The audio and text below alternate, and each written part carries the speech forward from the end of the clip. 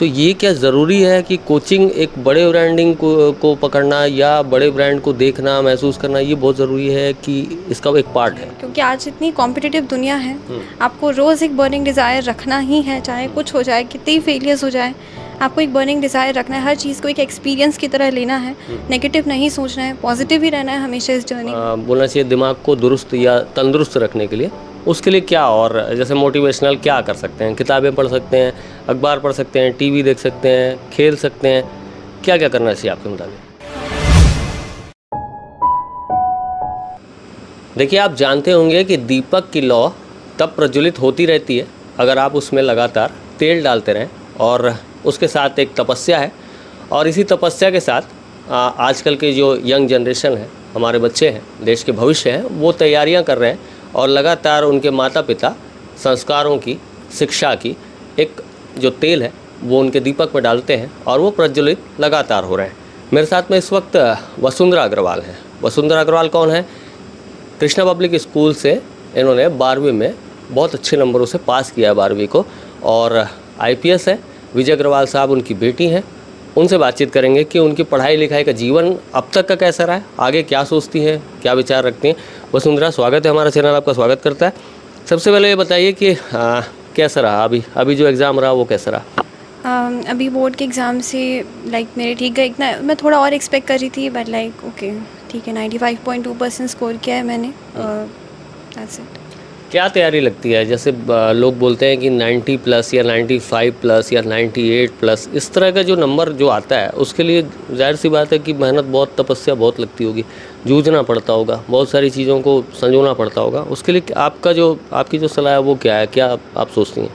ये पूरी एक जर्नी रोलर कोस्टर की तरह होती है। अप एंड डाउन्स होते हैं, इसमें फेलियर्स होते हैं, बट मोस्ट इम्पॉर्टेंट ये है कि आप फेलियर में ध्यान ना दे के आप उसको इम्प्लीमेंट करिए कि कहाँ पे आपकी कमी हो रही है। आप उसको एक बार आइडेंटिफाई कर लेंगे, उन एरियाज़ को, उस पर आप वर्क करेंगे, तो मैं बहुत श्योर हूँ कि आप बहुत अच्छा स्कोर करेंगे। फिर आइडेंटिफिकेशन का जो चार्ट है वो उसका पैमाना कैसे रहता है कि ये चीज़ें सही है, ये करना है, ये नहीं करना है, उसको कैसे प्लान आउट करते हैं? आप उसको एक लिख सकते हैं कि आपका कहाँ पे कौन कौन से सब्जेक्ट्स में आप लैक बिहाइंड कर रहे हैं।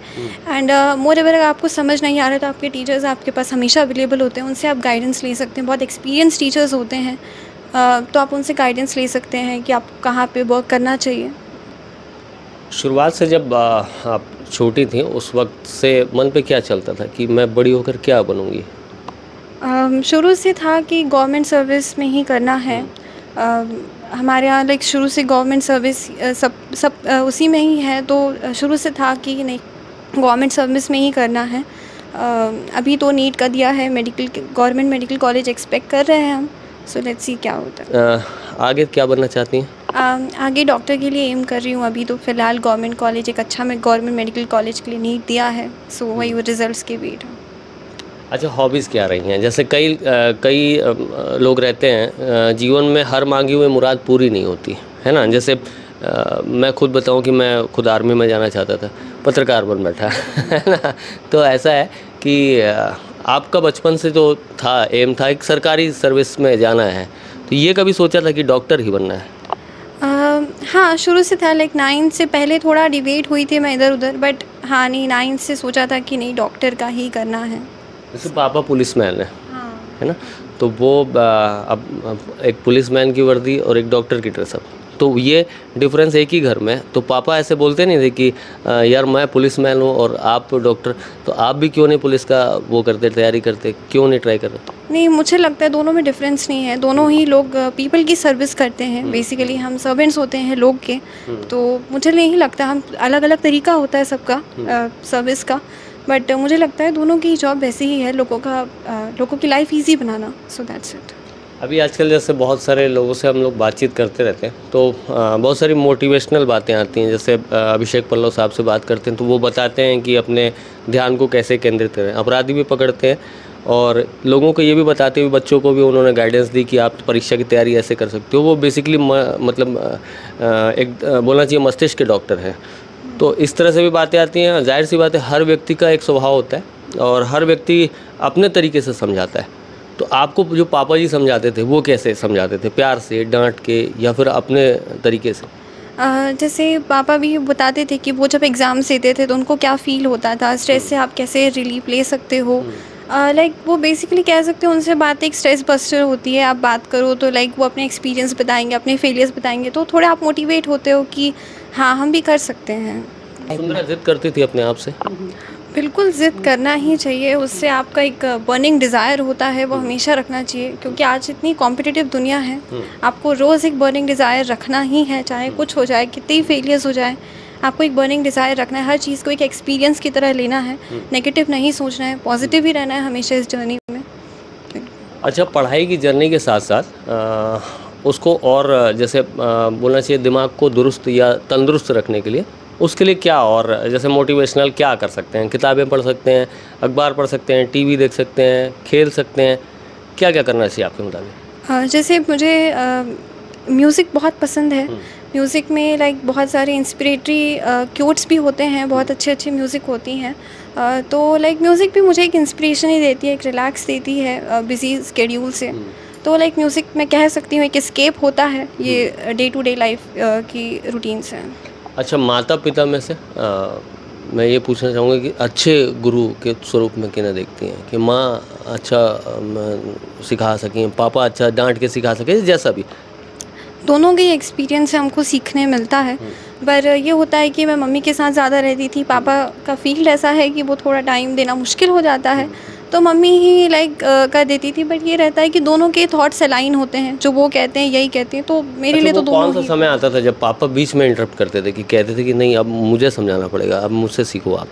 स्पेशली एग्ज़ाम्स के पहले, लाइक एग्ज़ाम्स के पहले मैं थोड़ी एंग्शियस हो जाती हूँ, तो उसको रिलीव करने के लिए पापा का तो रहा है रोल। बिल्कुल। अच्छा वसुंधरा, एक बात बताओ, जैसे किसी इंसान को अच्छे मुकाम तक पहुंचना है और पढ़ाई लिखाई करके अच्छी जगह बैठना है, कई लोग आज बहुत बड़े बड़े बैनर देखते हैं, कोचिंग के बैनर, बहुत खर्चा करना चाहते हैं और कई बार वहाँ से भी नंबर नहीं आते, सरकारी स्कूल में पढ़ा हुआ बच्चा उनके आगे भाग जाता है। तो ये क्या ज़रूरी है कि कोचिंग एक बड़े ब्रांडिंग को पकड़ना या बड़े ब्रांड को देखना महसूस करना, ये बहुत ज़रूरी है कि इसका एक पार्ट है? इसका पार्ट ही है ये, बेसिकली सब चीज़ें डिपेंड करती है। जैसे हम जो एग्ज़ाम दिलाए नीट या 12th का बोर्ड, ये सब एनसीईआरटी सिलेबस है।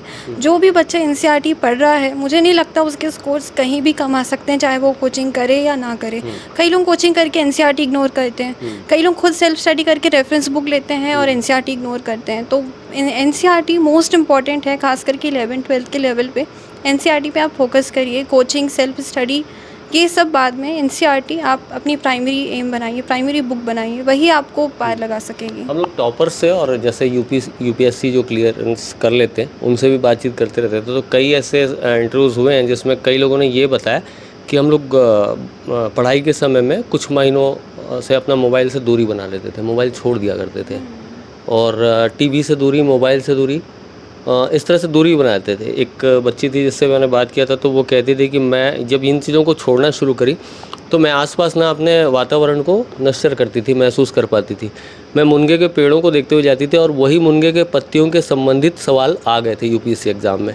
तो क्या ये ज़रूरी है कि एक डिस्ट्रैक्शन ये भी चीज़ें पैदा करती हैं जिनको छोड़ना ज़रूरी है पढ़ाई के समय में? मोबाइल डिस्ट्रैक्शन आपके लिए तब बन सकता है जब आप उसको ओवर यूज़ करते हैं। मैं अगर बिलीव करती हूँ, अगर आप उसको सही तरीके से यूज़ करें तो मोबाइल एक डिस्ट्रैक्शन नहीं है। और हाँ, आपको नेचर के लिए भी टाइम देना चाहिए, अपने लिए टाइम देना चाहिए, क्योंकि ज़्यादा मोबाइल से हम देख रहे हैं कि आजकल आई साइट की प्रॉब्लम बहुत है, आजकल हियरिंग प्रॉब्लम्स बहुत है। तो आप अगर टाइम दे सकते हैं तो मुझे लगता है नेचर को तो बिल्कुल टाइम देना चाहिए, अपने आप को टाइम देना चाहिए, उससे रिलैक्स फील होता है। तो ये वसुंधरा है, और कोई और हॉबी है आपकी? वही पेंटिंग है। पेंटिंग मुझे बहुत पसंद है। लाइक जो भी मेरे थॉट्स होते हैं, लाइक मैं जस्ट पेन करती हूँ एंड पेंट करना मैं चालू कर देती हूँ। तो जिस तरीके के भी थॉट्स होते हैं मुझे अच्छा लगता है कि मैं उसे पेन पेपर इस पर उतार सकूँ। माता पिता के अलावा और कोई आइकॉन है जिन्हें आप फॉलो करती हैं, जिनको समझती हैं, जिनको से सीखती हैं, जिनके जैसा बनना चाहती हैं? जैसे प्रैक्टिकल लाइफ में मैं बोलूँगी तो लाइक जो मेरे मामा है सुमो मामा, वो भी मेरे बहुत बड़े इंस्पिरेशन हैं। उन्होंने भी बहुत स्ट्रगल किया है और उनसे मैं रिलेट कर पाती हूँ। तो वो बहुत कुछ सिखाते भी हैं मुझे, बहुत सारी चीज़ें। तो यस, वो चर्चा से पहले मोदी जी का भी नाम ले रही थी। यस, मोदी जी तो लाइक वो लिविंग आइकन है, वो सबके आइकन, एक वर्कaholic है वो। उनके जैसा टाइम मैनेजमेंट, उनकी मतलब उनका काम करने का तरीका, उनको लोगों को पर्सनल अटेंशन देना, हर चीज़ के लिए उनके पास एक टाइम होता है, वो रश में नहीं होते। तो मुझे लगता है वो चीज़ तो बहुत सीखने लायक चीज़ है। तो ये वसुंधरा और वसुंधरा की बातें आप तक पहुंचाने के पीछे एक साफ तौर पर एक मकसद है। इन्होंने बहुत कुछ अपने जीवन में अभी बहुत कम उम्र में अचीव किया और आगे जो पाने की जो एक समय है या पाने की जो लालसा है उसे ज़िंदा अभी भी रखी हुई हैं। बहुत आगे जाना चाहती हैं, मेडिकल फील्ड में जाना चाहती हैं। पिताजी आईपीएस ज़रूर हैं लेकिन मोटिवेशनल उनसे भी ज्ञान मिलता है। माताजी है, हाउसवाइफ हैं, लेकिन वो भी काफ़ी कुछ सिखाती रहती हैं जैसे बताया जा रहा है। और मोदी जी हैं देश के प्रधानमंत्री, उनको आइकॉन मानती है। और आपको इन्होंने जो टिप्स बताए पढ़ाई के, वो काफ़ी कुछ आपके काम आएंगे। जो उनकी माताजी ने आपको ये जानकारियाँ दी कि किस तरह से एक सेक्रीफाइस लेवल पर आप पढ़ाई कर सकते हैं और आगे अपनी ज़िंदगी को बेहतर कर सकते हैं। तो ये बातें आपको कैसी लग रही हैं? इन बातों के विषय में ज़रूर लिखिएगा। केपी न्यूज़ आपका अपना चैनल है, सब्सक्राइब करिएगा। और मुझसे कोई सवाल हो, वसुंधरा से कोई सवाल हो तो ज़रूर रखिएगा।